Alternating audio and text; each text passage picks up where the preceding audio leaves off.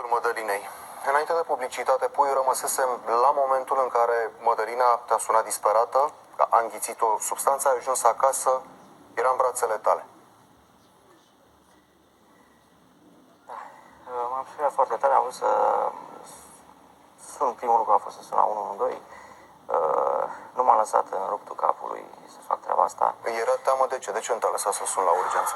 Că se va afla, că va afla lumea, că nu avem nevoie de așa ceva, că încă nu se simte rău. Și într-adevăr, m-am gândit și știu foarte bine să înghiți diluant. Încep mari Ai sunat totuși un doctor să-l întrebi Am ce sunat să și faci? un doctor și i-am explicat că nu mă lasă să sun la urgență și i-am explicat că nici nu are, m-a întrebat doctorul, face aia, are aia, nu are, nu face, așa. Trebuie să bea mult lapte dulce, mult. Și Ai întrebat-o de ce a făcut asta? bineînțeles că am întrebat-o și îmi spunea ce îmi tot repetă de atunci, ciclic, parcă programat, fix în mijlocul săptămânii.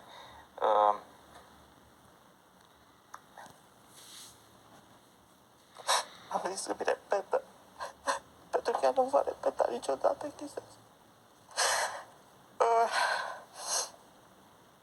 Îmi spunea că vede toată dragostea cu care o înconjurăm și că știe precis că ca să ne fie nouă mult mai bine și mie și copilașului și familiei, ea trebuie să ne vegheze din altă parte. Și nu înțelegeam de ce și eram disperat și îi puneam tot felul de întrebări și ea o știa una și bună. Dar eu nu mai vorbeam cu Magda. Ea avea o altă față, Cătălin. Nu era acolo. Fizic era, dar cu gândul nu era acolo. Asta încerc să-mi spui. Nu știu, numai cine a mai trecut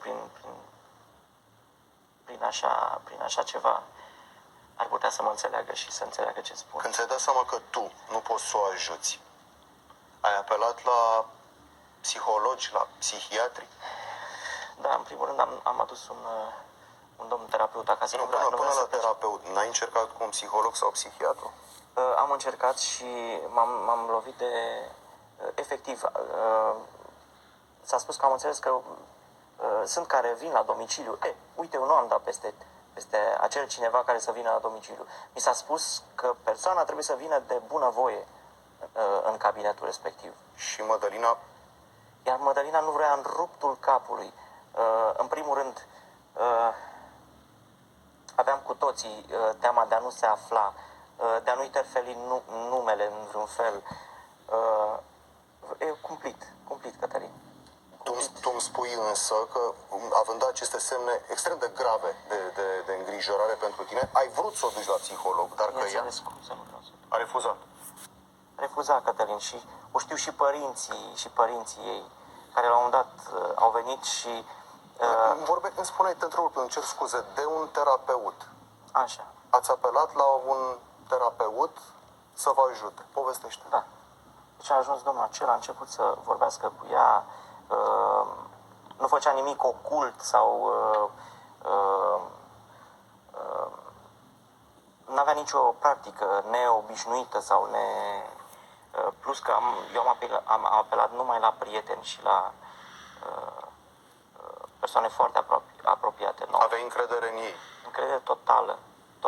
Și în terapeut aveai efectiv încredere? nu știam pe ce drum să apuc, ea nevrând să meargă nicăieri. De ce nu vrea să meargă nicăieri? Ca să nu se afle, Cătălin. Și spunea că oricum n-ar ajuta la nimic. Părere semnată că orice ai încerca, orice ar încerca oricine altcineva, n-ar ajuta-o cu nimic? Da.